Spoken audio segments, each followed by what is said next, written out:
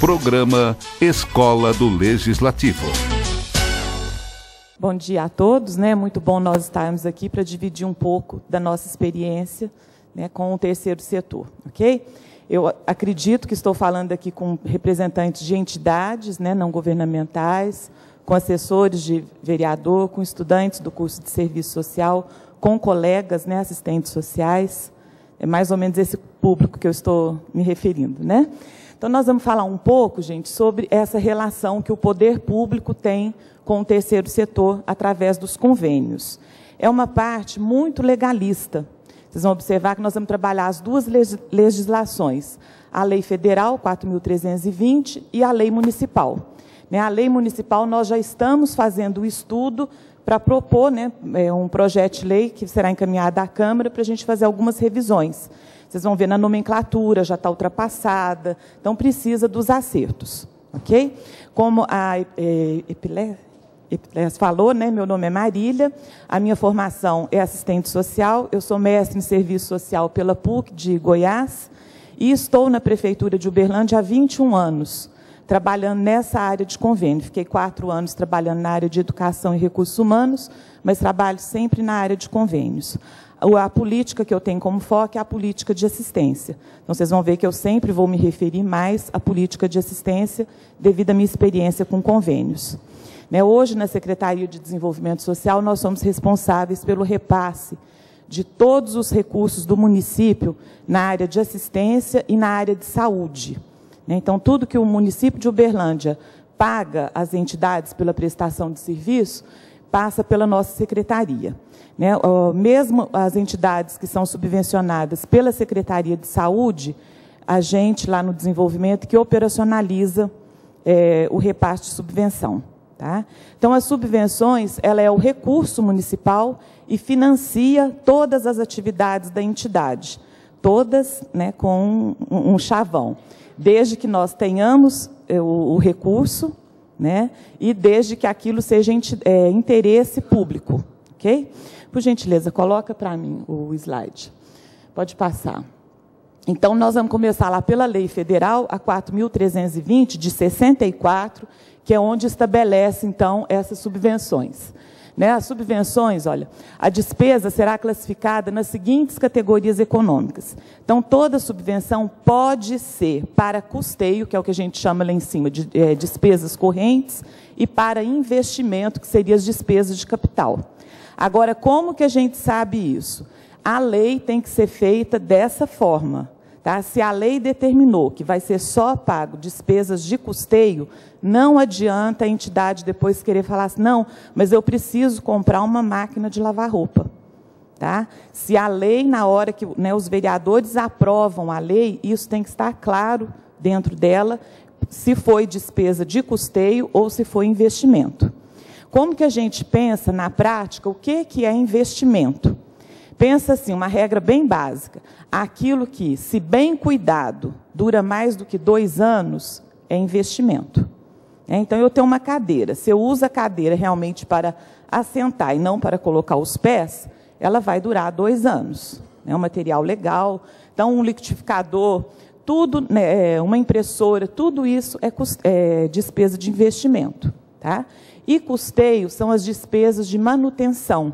Então, eu pago pessoal, água, luz, telefone, internet. Aí tem que ser de acordo com a especificidade do atendimento que aquela entidade faz, aquela ONG faz. Certo? Então, como que a gente pensa? Eu posso pagar interurbano? Posso, desde que a minha entidade, por exemplo, seja de acolhimento. Eu trabalho lá com acolhimento de crianças e adolescentes, eu trabalho com a população migrante. Eu preciso ligar em Uberaba para saber se tem passagem, alguma coisa nesse sentido. Então, eu posso custear dentro das minhas despesas interurbano. Se é uma entidade que a ação dela é restrita no município de Uberlândia, por que vai pagar interurbano? Tá? Então, tem toda uma lógica aí dentro. A gente trabalha nessa perspectiva, ok? Então, as subvenções, elas são definidas lá na lei federal. O município não tem autonomia para alterar isso. Então, pode pagar as duas coisas, desde que na lei, né, do município, quando a Câmara aprova, esteja claro lá qual rubrica orçamentária está sendo utilizada, ok? À medida que vocês quiserem fazer alguma pergunta, a Câmara tem um negócio de deslocar com o microfone, por gentileza, levantem a mão, que aí o microfone vai até vocês, ok? Pode passar. Então, olha lá, consideramos subvenções para efeitos dessa lei, transferências destinadas a cobrir despesas de custeio de entidades beneficiadas, distinguindo-se como subvenções sociais e as subvenções econômicas. As sociais são as que se destinem a instituições públicas ou privadas de caráter assistencial ou cultural sem finalidade lucrativa. Então, o ponto-chave aí são as subvenções sociais, né? No desenvolvimento social nós trabalhamos com essas subvenções, e que as entidades não tenham caráter lucrativo. Quem tem caráter lucrativo está lá no segundo setor, né? Então, não pode receber uma empresa privada, não pode receber subvenção do município para pagar o pessoal dela. Isso a lei é bem clara nesse sentido. E as subvenções econômicas, as que se destinam a empresas públicas ou privadas de caráter industrial, comercial ou agrícola. Não é o nosso foco aqui. Então, aqui nós vamos nos ater na questão das subvenções sociais. Okay? Pode passar, por favor. Fundamentalmente, e nos limites, né, das possibilidades financeiras, a concessão de subvenções sociais visará a prestação de serviços essenciais de assistência social. Como que o município, então, define quem recebe subvenção? Então, o primeiro critério é esse, que a entidade faça um trabalho de relevância para o município, ou seja, que a cidade, no caso a cidade de Uberlândia, necessite daquela prestação de serviço. Então, necessitou, o primeiro critério está atendido. Coloca para mim na tela. Ah lá. Não, volta. Isso. Não, atrás, por favor. Volta, para frente. Isso. Olha, subvenções sociais, as que se destinam... Esse eu já falei, no próximo. Isso. Então, além da assistência social, olha, pode ser médica e educacional, sempre que a suplementação de recursos de origem privada aplicados a esses objetivos revelasse mais econômica. O que está falando? Que o município vai complementar. As entidades subvencionadas não podem ter todo o seu custo, né, com o recurso da subvenção. Tá? Então, quando fala a questão da suplementação, eu preciso de R$100 mil para, né, levar a minha entidade durante o ano de 2014. Eu tenho 50, eu tenho 40, eu tenho 60. O município suplementa, ele complementa, ele auxilia. Tá? E como que é esse critério, então? Desde que o serviço que ela preste seja de interesse do município. Tá? Depois lá, ó, o valor das subvenções, sempre que possível, ele vai ser estabelecido de acordo com o que a gente chama popularmente a per capita. Por quê? Nós não podemos ter, para instituições que prestam serviço semelhante, uma ganha R$100 por pessoa e a outra ganha 40. Né? Então, vem um critério que no poder público é importante, a questão da equidade. Né? Então, nós temos que ter valores. Tal serviço custa quanto? Né? Quanto que o município vai repassar para esse serviço? Então, se eu presto um serviço semelhante, né, eu tenho uma instituição, e presto um serviço semelhante ao da outra, eu tenho que receber o valor per capita o mais justo possível. Lógico que uma entidade vai receber mais do que a outra. Uma atende 100 pessoas, a outra atende 50. Então, ela vai receber, né, o dobro, que atende 100 pessoas. Certo? E hoje, dentro da assistência, nós temos a resolução 109, que ela vem tipificando o serviço de assistência social. O que é isso? a assistência deixou, né, de ser uma atividade caritativa que as pessoas faziam porque têm bom coração, né, porque gostam de ajudar o próximo. Então, nós precisamos o quê? Profissionalizar a assistência social. Então, desde a Constituição de 1988, que a assistência foi reconhecida como uma política social. Né? Então, ela está lá dentro da Constituição, ela faz parte do quê? Do tripé da Seguridade Social. Então, hoje nós temos a Previdência, a Saúde e a Assistência compondo esse tripé. Então, a partir de 88, a assistência deixou de ser feita por pessoas, né, apenas de bom coração. Então, a assistência vem se profissionalizando. Tá? Então, nós tivemos lá em 88 a Constituição, depois em 1993 a Lei Orgânica da Assistência Social, ou seja, a Constituição vem e dá a diretriz da assistência. E depois a Lei Orgânica, o Sistema Único da Assistência Social, que a gente fala que é o SUAS, a Política Nacional de Assistência Social. Então, isso tudo foi direcionando o que é a assistência social hoje no Brasil.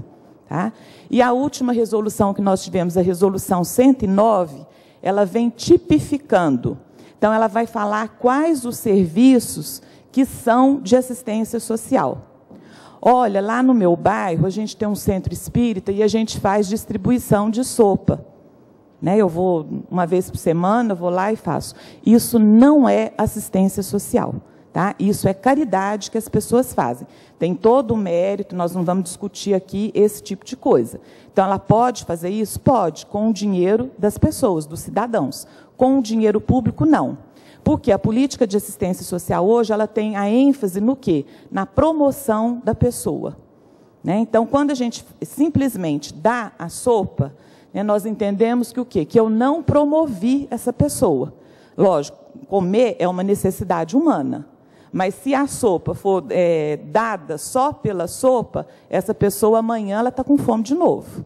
Né? A gente come, eu comi de manhã, na hora do almoço eu vou comer de novo, de noite eu vou comer de novo. Né? Então, a assistência hoje busca o quê? Que dê essa sopa, mas eu tenho que promover. Então, vai ser através do trabalho, de uma inserção profissional, de uma família com uma estrutura diferente. Como que vai ser isso que essa pessoa vai deixar de precisar dessa sopa do centro espírita? Eu estou citando aqui o centro espírita sem nenhuma discriminação religiosa, tá? É a questão, assim, é uma das entidades que mais faz esse tipo de serviço, certo? Então, é importante ter a sopa, mas isso é uma atividade que nós, cidadãos, fazemos. Não é uma política social. Então, na política social, eu tenho que pegar dessa sopa e ver onde que eu promovo a pessoa. Aí, sim, faz jus ela ser subvencionada com recurso público, né, de melhoria. Ok? Depois nós temos lá, somente a instituição cujas condições de funcionamento forem julgadas satisfatórias é que pode receber. Né? Pode receber dinheiro público, aquilo que o poder público vai lá e reconhece como um trabalho. Então, ela tem que ter uma série de documentos, que depois a gente entra nisso, para que ela tenha condições, né, a gente fala assim, ela está apta a receber subvenção. Se o município foi lá e viu, né, o trabalho dela, vai técnico para poder fazer esse tipo de coisa, vê que aquilo promove a pessoa, então é concedido, né, essa subvenção. Ok? Pode passar, por favor. Aí nós entramos na lei. Até agora nós falamos, então, o que vem na lei federal, na 4.320. Ou seja, todos os municípios brasileiros têm que cumprir a lei 4.320. Então, isso tudo que eu falei está na legislação nacional. A partir de agora, a gente entra na legislação do município de Uberlândia, na Lei 5775 de 1993. Então, agora já são, entre aspas, as exigências que o nosso município faz para a concessão dessas subvenções, que aí difere de uma cidade para outra. O que não pode é essa lei agredir, né, a Lei 4.320. Tá? Mas ela pode vir destrinchando isso aí, normatizando, colocando mais exigências, conforme vocês vão ver a documentação. Tá? E nós já estamos preocupados com essa lei, que vocês vão ver que ela precisa ser modificada. Ela já tem coisas que né, a nomenclatura das secretarias já alterou, nós já temos muito mais secretarias do que tem na divisão, certo? Então, ela precisa, é uma lei que precisa ser modificada, nós já estamos estudando a proposta para ser encaminhada à Câmara. Acredito que antes do final do ano ela chega aqui. Então, olha, a nossa lei municipal, ela divide essas entidades em grupos. Como que ela faz essa divisão? De acordo, né, com as secretarias que nessa época existia na prefeitura, tá? Então, a gente coloca lá, no grupo 1, ó, entidades que promovem o apoio e a divulgação da cultura local. Então, essas entidades têm que ser subvencionadas pela Secretaria Municipal de Cultura, certo? Então, quando a gente pega, isso é muito legal para o pessoal aí, assessor de vereador, que vocês terão agora um recurso, não é isso? Que os vereadores vão fazer as indicações. Então, é muito importante, nesse momento, que indique na rubrica correta. A entidade faz um trabalho lá de percussão no bairro. Isso é um trabalho de cultura? Às vezes, a cultura, né, as políticas têm as interfaces. Então, a gente mistura muito a cultura com a assistência, por exemplo. Ela pode ser subvencionada por 2 secretarias, né, se ela faz esse trabalho de cultura com o viés da assistência. Então, ela pode ser subvencionada pela Secretaria de Cultura e pela Secretaria de Desenvolvimento Social. Pois não. Pode perguntar. Queria saber sobre o Congado. O Congado, isso, o Congado se estrutura nas 2 vertentes, né, na vertente da cultura e da assistência. Depende aí para que eu quero o recurso. Né? Se o meu recurso vai ser só para a festa, digamos assim, eu vou fazer roupa, né, para o meu terno lá. O meu terno vai de branco e azul e eu vou fazer a roupa para isso. Então, eu estou numa demonstração da cultura, da gente não perder as nossas raízes. Em Uberlândia, o Congado é muito forte, né? Então, nós precisamos manter essa tradição da cidade. Então, ele vai ser essencialmente cultural. Agora, se junto com o Congado eu tenho um trabalho de promoção dessas pessoas que são atendidas lá, então ele tem o viés da assistência também, certo? Quando as pessoas, eu reúno esse meu grupo lá, além de eu fazer a tradição, a dança e todo esse aspecto, eu converso sobre direitos com essas pessoas, tá? Então, isso é um viés da assistência. Então, um grupo de Congado, então, ele pode ser subvencionado, né, aparentemente, por 2 secretarias, pela Secretaria de Cultura e pela Secretaria de Desenvolvimento Social, desde que ele faça algo mais além da dança só. Tá? A dança é cultura. Agora, o que mais que ele faz? Ele faz esse trabalho de cidadania e tudo, aí ele entra dentro do desenvolvimento social. Tá? Então, isso, quando os vereadores forem fazer as indicações, é muito importante, porque às vezes colocam uma entidade que o trabalho dela é essencialmente na área de saúde. Olha, ela compra medicação, né, e distribui com algum critério lá, e coloca dentro do orçamento do desenvolvimento social. Ela não pode receber, certo? Dentro do orçamento, tá, na rubrica do desenvolvimento social, se não tiver atividade de assistência social, não pode ser subvencionada pela nossa secretaria. Aí o que acontece? Tem que mandar de novo para a Câmara para fazer outra lei. E aí vocês sabem que o tempo não nos permite, né? Nós estamos agora entrando no mês de setembro. Nós estamos acreditando que esse mês deve sair, Gláucia. Estamos aguardando, né, que em setembro sai. Imagine se sai errado, né? Se eu estou eu quero fazer um trabalho de educação e estou dentro da cultura. Aí até que a Secretaria de Cultura detecta esse, entre aspas, o erro e fala, olha, você não pode estar no nosso orçamento, tem que ser lá na Secretaria de Educação. Então, vai mandar para a Procuradoria para fazer um novo projeto de lei, vem para a Câmara, os vereadores aprovam e retornam. Não há tempo hábil do recurso. Tá? Dentro do município, gente, o ano, né, ele começa em 1º de janeiro e encerra 31 de dezembro. Não existe essa de passar recurso para o ano que vem. Né, o ano que vem é outra lei, é tudo diferente, é outro orçamento. No final do ano, o que o prefeito faz? Faz o balanço, é isso, o que ele gastou, o que ficou para pagar e tal. Fechou o ano, não adianta falar assim, olha, mas eu tenho um recurso aprovado no ano de 2012. Nós pegamos agora a secretaria nessa condição, né? Diversas entidades tinham realmente recurso aprovado em 2012, só que em 2013 eu não executo aquilo que foi aprovado em 2012, certo? Então, o que os vereadores aprovarem agora, ele será executado até 31 de dezembro. Não recebeu até 31 de dezembro, exceto se eles tiverem a esperteza de fazerem já um adendo na lei para isso. Que aí o prefeito joga, né, dentro da rubrica dele, ele já joga esse orçamento para o ano que vem. Tá? Mas, teoricamente, então, 31 de dezembro expira esse prazo. E todos, né, é sabido que o poder público, o que acontece? Nós somos uma máquina engessada, realmente. As coisas lá, as pessoas que vêm da empresa privada e vai trabalhar na empresa pública, sente muito isso. Na empresa privada, basta, né, o dono da empresa ir lá e falar assim, olha, faz isso. Rapidinho faz. Compra uma cadeira nova. Né? Minha cadeira está desconfortável, por favor, compre uma cadeira. Hã? Na empresa privada, não, ele, né, vai ter um processo, mas é muito mais fácil.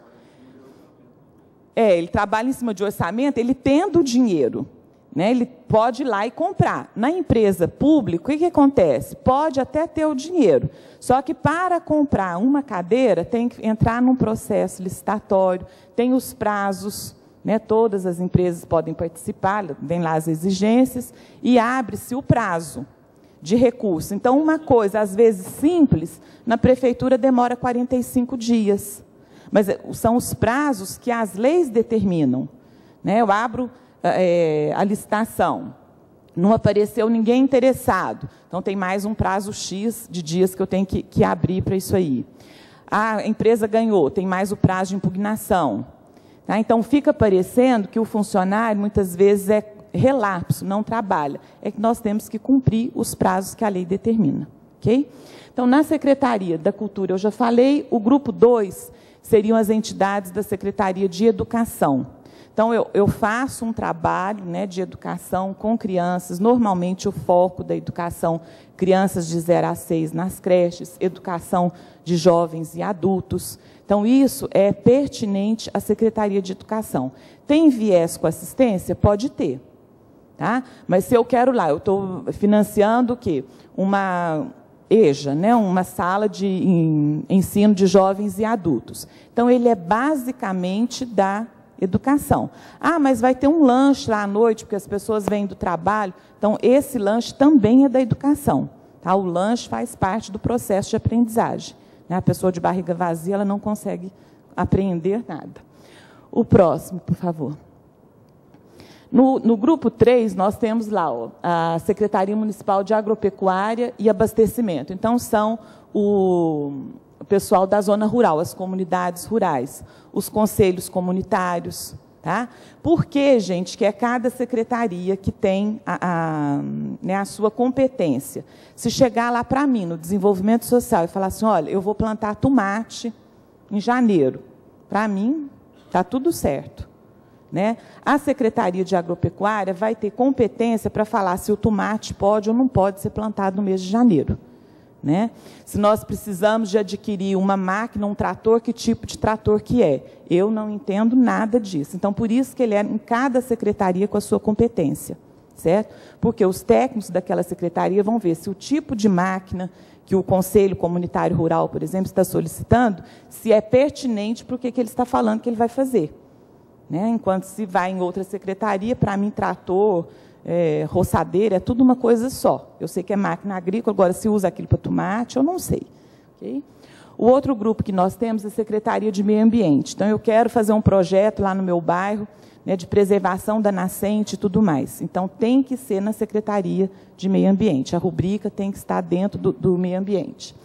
Na Secretaria de Esportes, eu tenho um time de futebol, tá, lá no meu bairro, que vai precisar desse recurso. Vou comprar a camisa de futebol para os meninos do meu bairro, na Secretaria de Esporte. Esporte vai analisar, futebol está correto para criança de 13 anos? Certo? Então, a Secretaria de Esportes, né, hoje a nossa FUTEL, que tem essa prerrogativa. Okay? O próximo, por favor. Aí nós temos esse grupo, né, maior, que seria, ali na lei está ainda Secretaria Municipal de Trabalho e Ação Social. Hoje nós temos a nossa Secretaria de Desenvolvimento Social e Trabalho. Tá? Então, há uma modificação na nomenclatura. E nessa época aí, vocês vão ver que tinha Secretaria de Habitação. Né? Ela é separada, porque o desenvolvimento social já foi um tempo junto com o trabalho. Hoje nós somos desenvolvimento, quer dizer, hoje nós estamos junto, desenvolvimento social e trabalho na área de profissionalização. A área de habitação está diferente, a Secretaria de Habitação já foi dentro da nossa Secretaria de Desenvolvimento Social. Então, quando chega na parte de assistência, é talvez a mais diversificada, porque todas as políticas dá para fazer o viés com assistência, mas precisa que se tenha lá no projeto a justificativa coerente que aquilo é de assistência. E aquilo que eu falei antes com vocês, se for uma atividade simplesmente, né, de sopa, ela não é política da assistência social. Tá? Ela vai ser uma ação que o cidadão vai desenvolver, não com o recurso público. Okay? No recurso público, nós temos que ver aquilo promove em que a pessoa. Certo? E o último, não, ainda tem mais grupo. O 8º grupo ali é o último. Nós temos a Secretaria de Saúde. Tá? Aí, quando a gente não sabe onde que está, a gente manda para o desenvolvimento social. Parece que a prática é essa. Nós não temos ali, por exemplo, hoje nós temos, estou vendo Maurício ali, a Secretaria Antidrogas. Então, os projetos de droga, de prevenção de droga e de tudo mais, vai para a nossa secretaria. Tá? E aí, dentro da Política Nacional de Assistência, nós temos essa atribuição também de atender as comunidades terapêuticas e tudo mais. Okay? Então, pela divisão, gente, é importante, na hora que se faça a lei, né, que os vereadores forem aprovar a lei, que esteja coerente aquilo que a entidade está solicitando com a secretaria que vai determinar o recurso. Tá? Então, eu tenho um projeto de educação, é importante que o meu recurso esteja dentro da Secretaria de Educação. Tá? Gláucia, por favor, fique atenta junto aos vereadores, tá? Na hora de fazer. Pode passar, por favor. Nós temos lá, ó, a subvenção anual ou eventual será concedida às entidades que prestam serviços em caráter permanente e continuado. Certo? Então, eu faço um trabalho, então eu vou receber recursos, ali levanta 2 tipos, de janeiro a dezembro, ou não, eu faço um trabalho só uma vez por ano. Né? Eu faço lá o Congresso da Juventude. Então, o Congresso da Juventude, ele não acontece de janeiro a dezembro, ele vai acontecer num mês específico. Então, pode subvencionar esse tipo de ação, sim. Não posso subvencionar aquilo que diz respeito a entidades religiosas, né, com cunho religioso. Então, a minha igreja faz um congresso da mocidade, né, eu sou evangélica, por exemplo. O poder público não pode subvencionar o congresso do evangélico, como não pode do espírita, como não pode do católico, do umbanda, de ninguém. Tá? Porque isso são cultos religiosos, e o poder público não pode repassar recursos para isso. Agora, eu posso subvencionar uma atividade feita pelas moças da igreja? Posso, se essa atividade for de assistência, for de educação, eu posso. Eu não posso subvencionar o congresso, mas alguma ação que esse congresso venha a desempenhar, eu posso subvencionar. Ficou clara essa diferença? Ficou?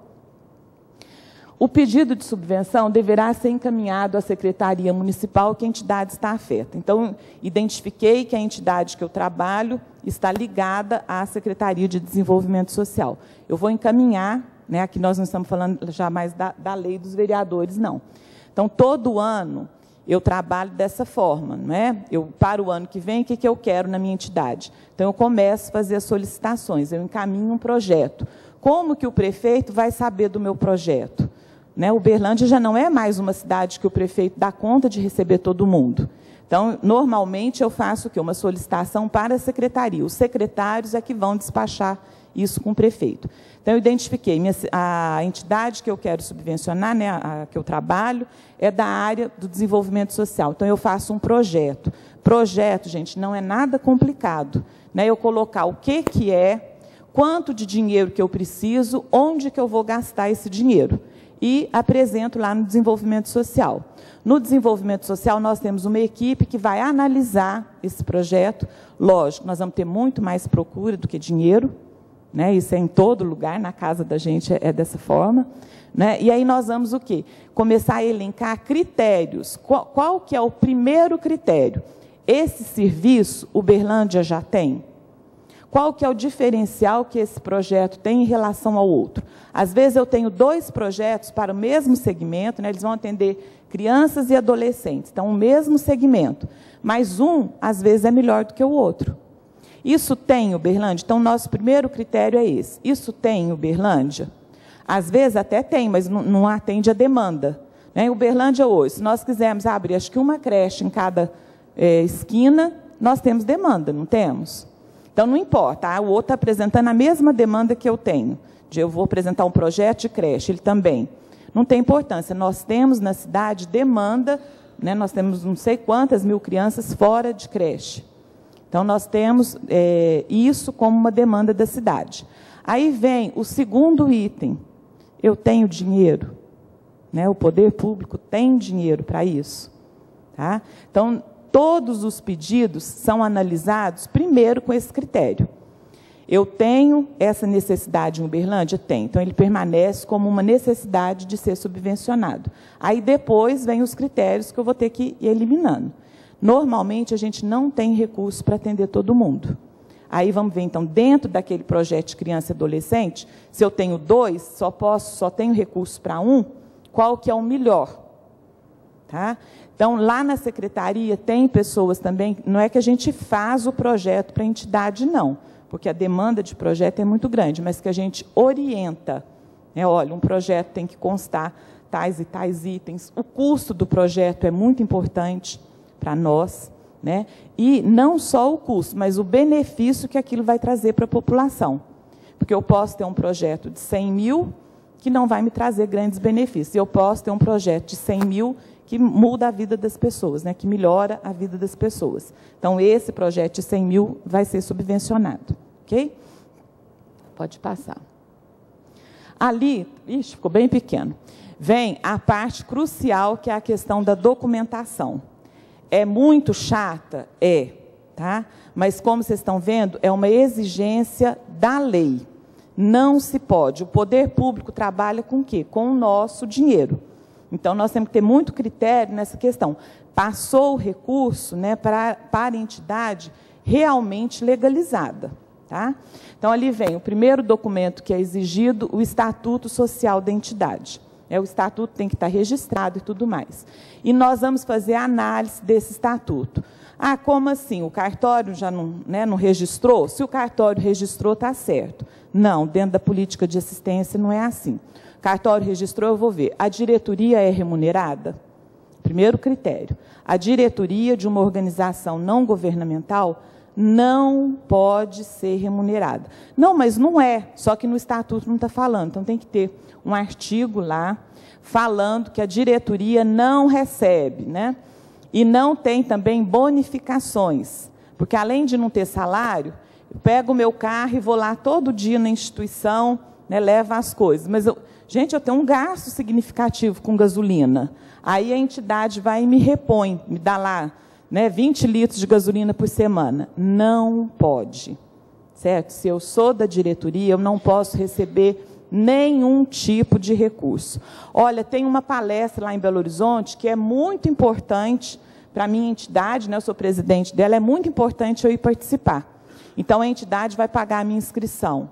Não pode.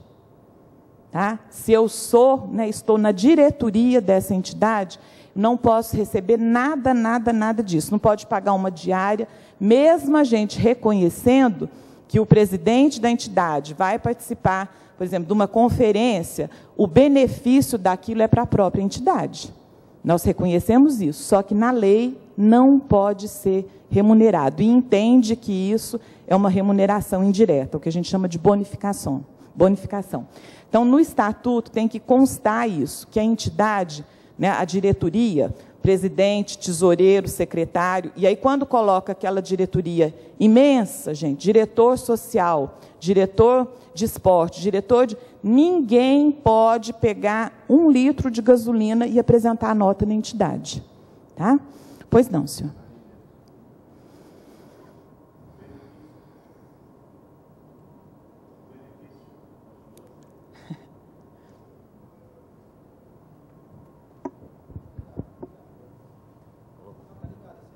Esse não está, não. Mas não fala. Ué. Mesmo que a diretoria não pode perceber remuneração ou benefício ou algum custeio de um congresso, de um trabalho fora. Se ela tiver um funcionário registrado, esse funcionário pode ser subvencionado? Uma pessoa que não seja funcionária da entidade, mas que presta apoio a essa entidade, ela também pode receber esse apoio. Você falou em gasto de combustível. O diretor não pode ir ao SEASA buscar alimento, mas eles podem pagar combustível para uma outra pessoa buscar esse alimento. Tá, ok, obrigado.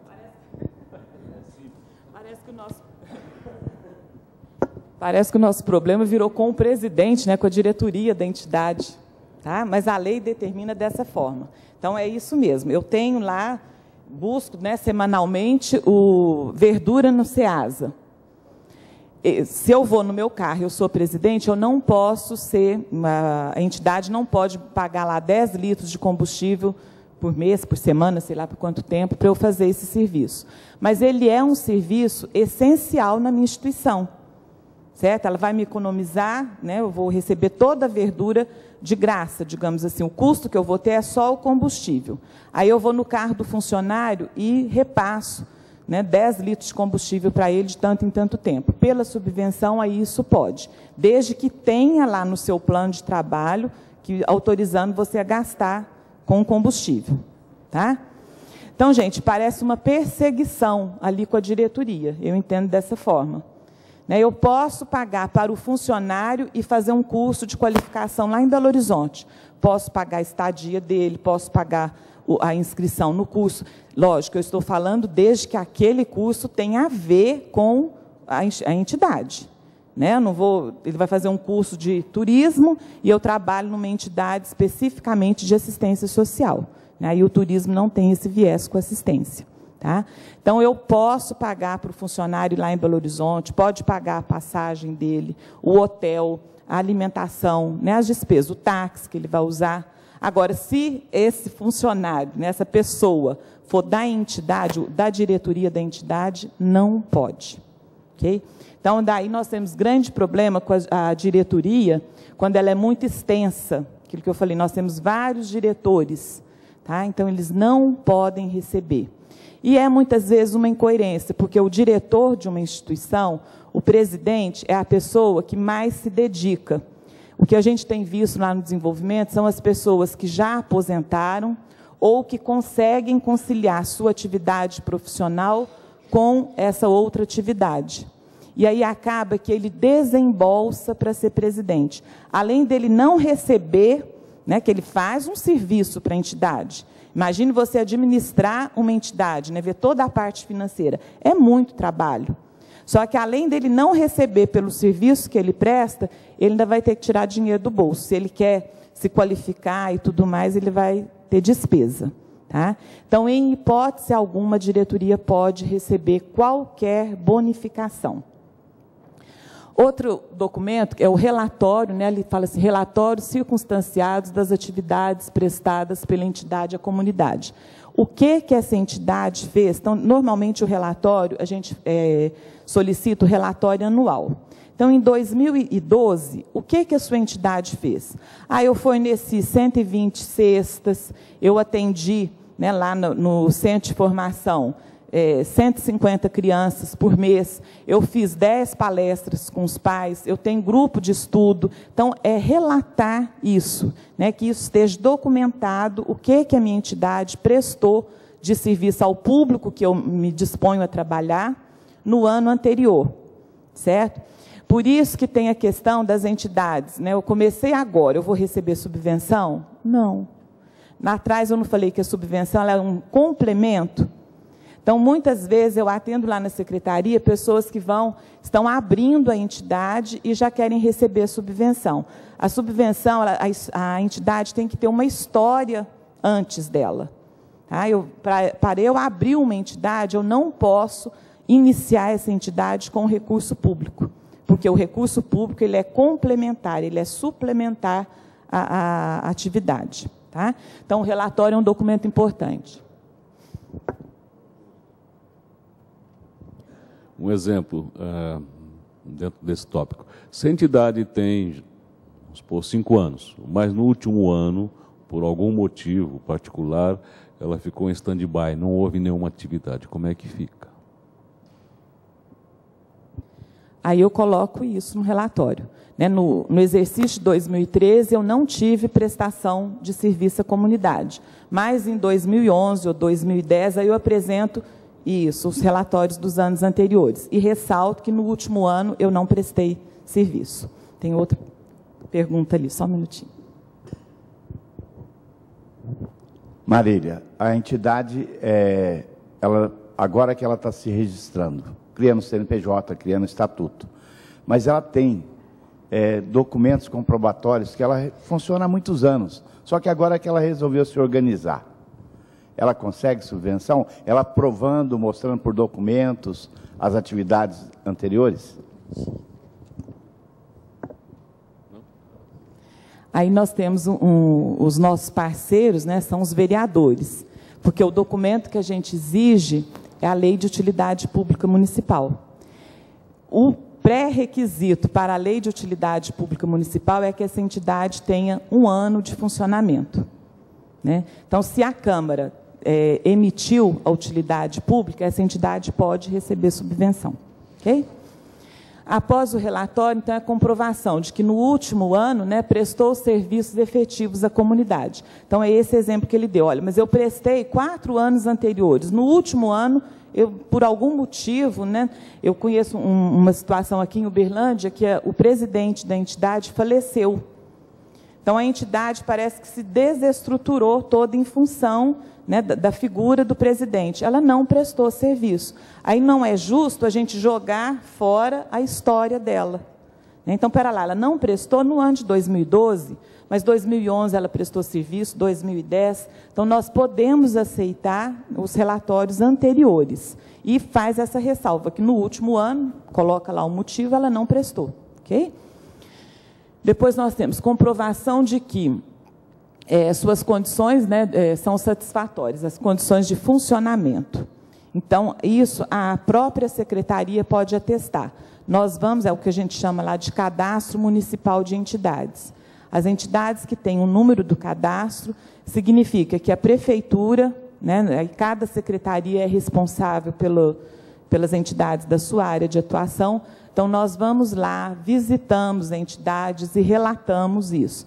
Olha, eu fui lá e lá funciona tal e tal coisa, né? Então, eu faço um relatório técnico. E aí é o assistente social, no desenvolvimento social, que faz, certo? Esse relatório. Ele descreve o que na visita ele constatou. Que a entidade funciona ou não funciona, né? É muito importante, gente, a entidade informar o dia certo. Porque, às vezes, o meu atendimento não é de segunda a sexta-feira, das 8 da manhã às 18 da tarde. Né? Eu só funciono. Nós temos aqui, o pessoal da Pastoral da Saúde tem um trabalho muito legal com as fraldas geriátricas. Eles produzem fraldas para a terceira idade. Né? E essas fraldas são para pessoas que não podem comprar. Só que ele só funciona na quarta-feira. Então, não adianta deixar, né, eu funciono todos os dias. Então, já coloca lá no seu plano que ele funciona às quartas-feiras, das 13 às 17, no endereço tal. Porque aí nós vamos na quarta-feira e vamos, né, detectar se funciona realmente. Agora, ele coloca que é de segunda a sexta, então nós vamos lá na terça-feira. Ninguém. Aí a gente relata, né? Fomos, o local estava fechado. Depois eu vou na quinta-feira de manhã, que normalmente a gente faz 3 visitas em horários diferentes. O que eu vou chegar à conclusão? Que essa entidade não funciona. Ou seja, estão querendo passar a gente para trás. Não é isso que nós pensamos? no senso comum, aí ele não colocou que dia que ele funciona, horário comercial. Horário comercial, a semana é de segunda a sexta até às 17, 18 horas. Você vai em 3 dias diferentes. Não constatou, mas ele funciona só na quarta-feira. Então, é importante colocar isso para nós. E nós atestamos que essa entidade funciona. E aí vocês sabem que documento, né, fé pública, o servidor público tem, entre aspas, essa prerrogativa, né, da fé pública. Então, o funcionário público foi lá e constatou isso, para nós é documento. Ok? Oi. Só um minutinho. Então, está dando certo a pastoral? É porque assim... Tá. A pastoral, vocês vão receber o projeto de lei dele esse mês agora. Porque um dia eu vi eu que encaminhei a pastoral para lá, né? Isso. Porque eu fiquei assim abismada de ver que elas são voluntárias, tem uma máquina para fazer fraldas, né? Uma necessidade muito grande para adultos, e elas não têm material, né? Tem que ficar fazendo rifa, tal. Então eu pensei um dia, né? Se um dia eu for vereadora, a primeira coisa que eu vou fazer, né? Isso, é ir atrás delas. Você vai receber agora, né? Então, eu não sabia, início. Porque faz tempo que a gente foi lá, né? Isso. E eu estou muito feliz de saber no que está início do mês vem então. para a Câmara para vocês aprovarem a lei já. Obrigada. Tá? Então vem o projeto para virar lei. Só um minutinho.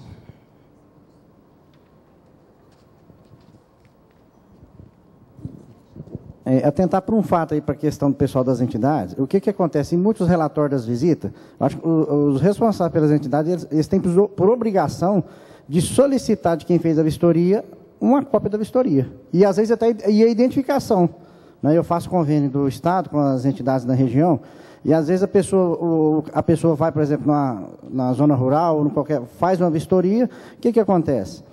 Dá algum problema na prestação de contas depois, que quando tem muito serviço, e a prestação de contas não é aprovada de imediato. Às vezes tem uma prestação de conta que, no momento que a pessoa entrega ela, ele não é bloqueado no sistema. E eles vão analisar essa prestação de conta no decorrer do ano. E o que acontece? Em muitos casos, às vezes as pessoas não identificam quem veio, não tem uma cópia de nada, que eles vêm, tiram fotografia, tiram tudo. Aí quando dá um problema, o cara fala, não, mas a pessoa foi lá e falou que está tudo certo. Né? Eu tive vários problemas em convênio de entidades de Uberlândia com o Estado, justamente, às vezes, por causa de uma falta de atenção da pessoa. Né? Então, sugeri para os representantes de entidade, quando a pessoa for fazer uma vistoria, fala, não, me dá uma cópia do laudo que você fez aqui para mim, para saber quem teve lá, o dia que teve, o que foi relatado, que às vezes a pessoa põe num laudo, lá numa vistoria lá, põe coisa lá que a pessoa não concorda com aquilo que está lá. E depois, o que está no papel é o que vai valer. Certo? É muito importante isso, e aí é imperdoável, né, que o técnico chegue numa entidade para fazer uma vistoria, uma visita, e não se apresente. Não é isso? Então, primeiro, o funcionário público deve ter sempre o crachá. Né? As instituições têm que ter muito cuidado, gente, porque eu chego lá e me apresento, aqui, eu não tenho nenhum crachá. Qual o documento que prova que eu sou funcionária pública? Infelizmente, existem as pessoas de má fé. Então, é direito da entidade exigir que, quando essa pessoa entra, principalmente numa visita de fiscalização, né, se identifique, olha, eu sou Marília, sou funcionária da Secretaria de Desenvolvimento Social e vim conhecer a sua entidade, vim conhecer o trabalho e tudo. Peçam um documento. Às vezes ele não tem crachá, nós tivemos agora, como entrou vários funcionários, então muitos deles não têm ainda o crachá, mas ele tem um contra-cheque, né, ele tem um contra-cheque e um documento de identidade. Então, exijam a identificação. Muitas vezes também não é possível que um funcionário dê o relatório ali no ato, que são relatórios mais complexos que serão feitos. Agora, lá no desenvolvimento social, o que a gente sempre orienta?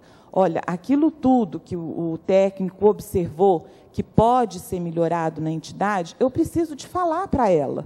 Porque, às vezes, quem está de dentro, a gente não costuma falar assim, na casa da gente, os problemas, às vezes a gente é o último a saber. Não percebi. Uma coisa tão fácil, quem está do lado de fora percebe. Então, você chega, nesses dias nós detectamos numa instituição um monte de tábua, tá? Lá no escritório da instituição. A pessoa que estava lá, ela nem percebeu que aquilo faz o quê? Risco para as crianças. Uma criança passa ali correndo, a tábua cai, está feito acidente. Então, o que é importante? Olha, Glaucia, sua entidade está com essas tábuas aqui, isso corre risco. A Glaucia, às vezes, entrou lá, aquelas tábuas já estavam, para ela está normal. Tá? Então, ela precisa ser advertida. Então, é bom que retire, não é o local adequado. Agora, é preciso que ela seja orientada nisso. Qual que é o prazo que você precisa? Tem coisas que é de imediato. Tem coisas que não é possível ser de imediato, que às vezes envolve, inclusive, recurso. Só um instantinho.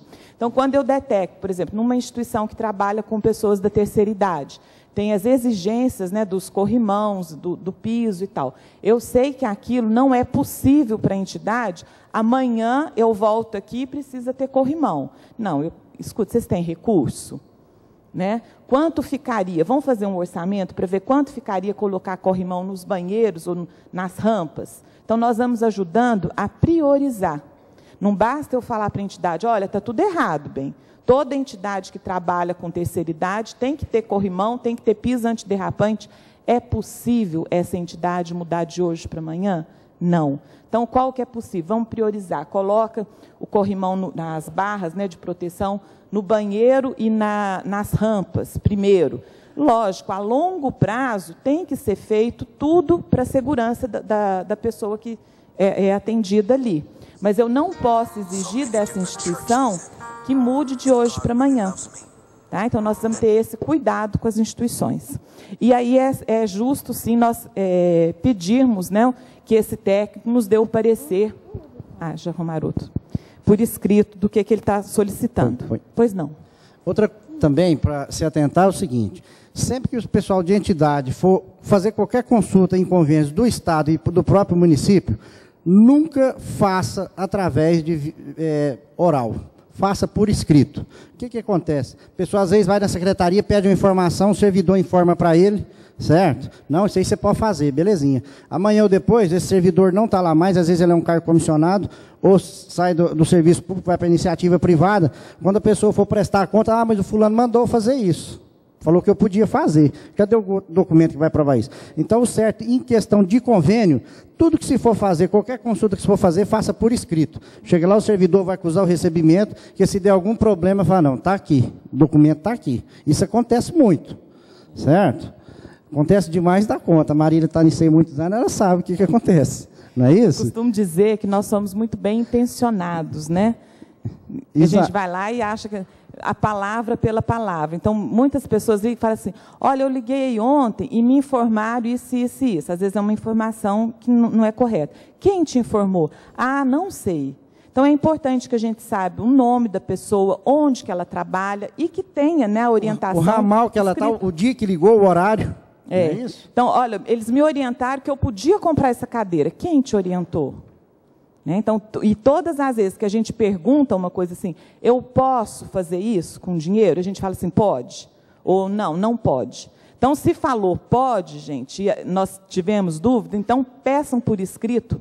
Né? Eu gosto muito das coisas por escrito, porque você fica documentado. Que às vezes a pessoa fala uma coisa e escreve outra.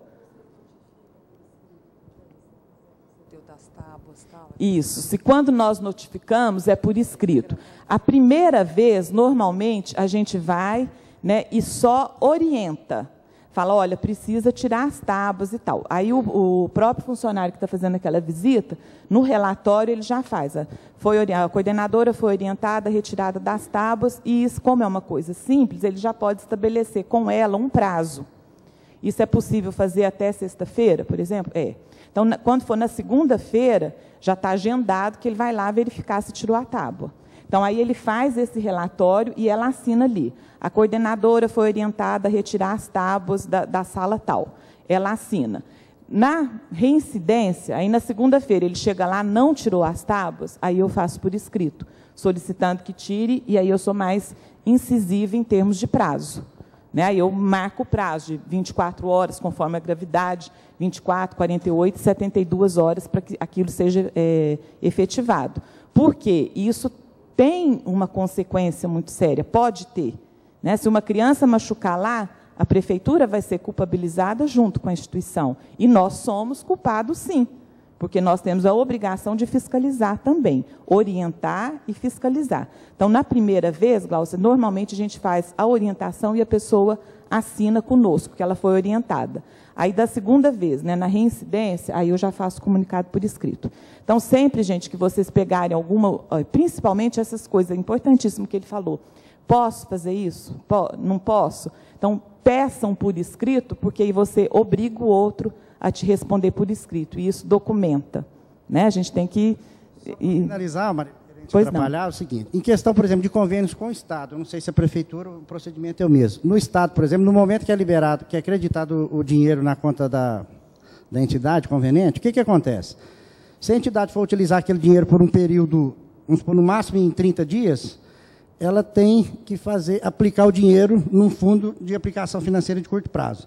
Se ela for aplicar aquele dinheiro com prazo superior a 30 dias, ela é obrigada a aplicar o dinheiro em caderneta de poupança. Isso aí já vem no próprio convênio. Então, quem assinar convênio com o Estado tem que ler o convênio, ler e reler. Porque o que acontece? Quando não se aplica o recurso e gasta ele com esses prazos superiores aí, o Estado cobra do presidente da entidade, certeza, já calcula o valor do juro e tudo, a pessoa tem que recolher. Certo? Tem que devolver o dinheiro. Pois, e o que lucrou, né, o que rendeu, exatamente, ele reaplica. Exato. E o que rendeu a pessoa pode fazer. Se ela quiser comprar, eu vou comprar 100 cadeiras, ela aplica um dinheiro lá, o rendimento ela pode comprar mais 10, ela pode comprar. Ela vai fazer sua justificativa que aquelas novas aquisições estão sendo adquiridas através do rendimento do recurso na aplicação financeira. Agora, se ela não fizer, aí o Estado cobra, ela tem que recolher. Senão eles bloqueiam bens dele, bloqueia tudo. Infelizmente, isso não acontece com os recursos municipais, porque assim, o recurso ele é muito pequeno e quando ele chega, ele está pagando.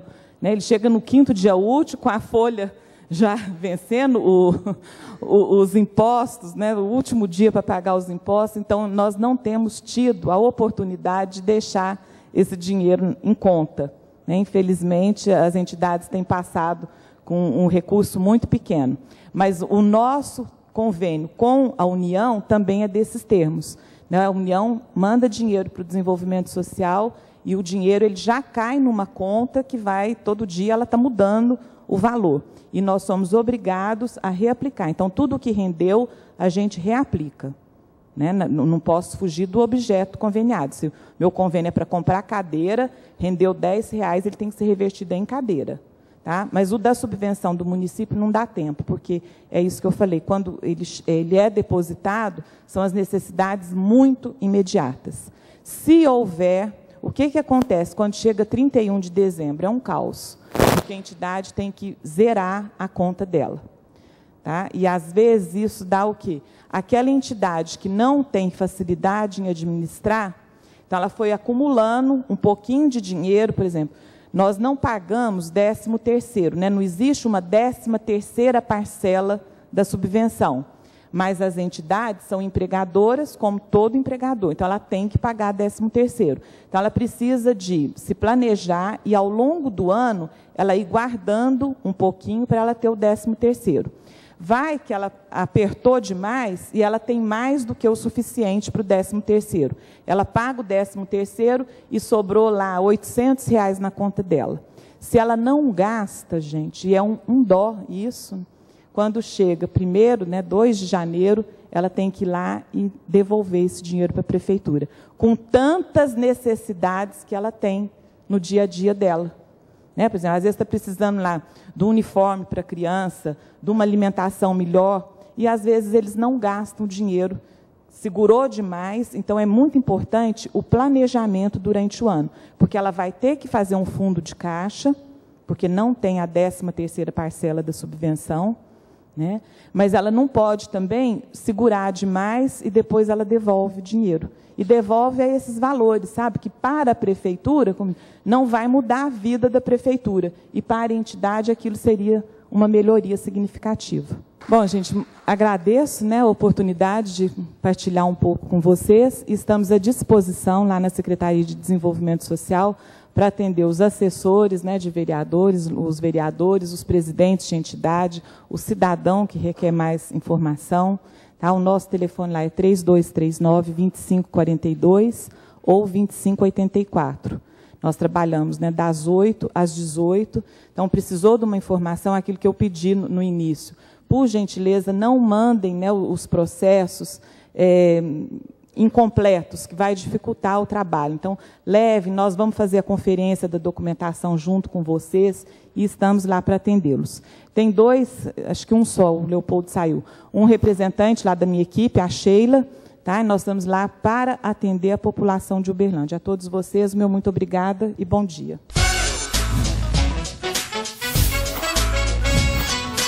Programa Escola do Legislativo.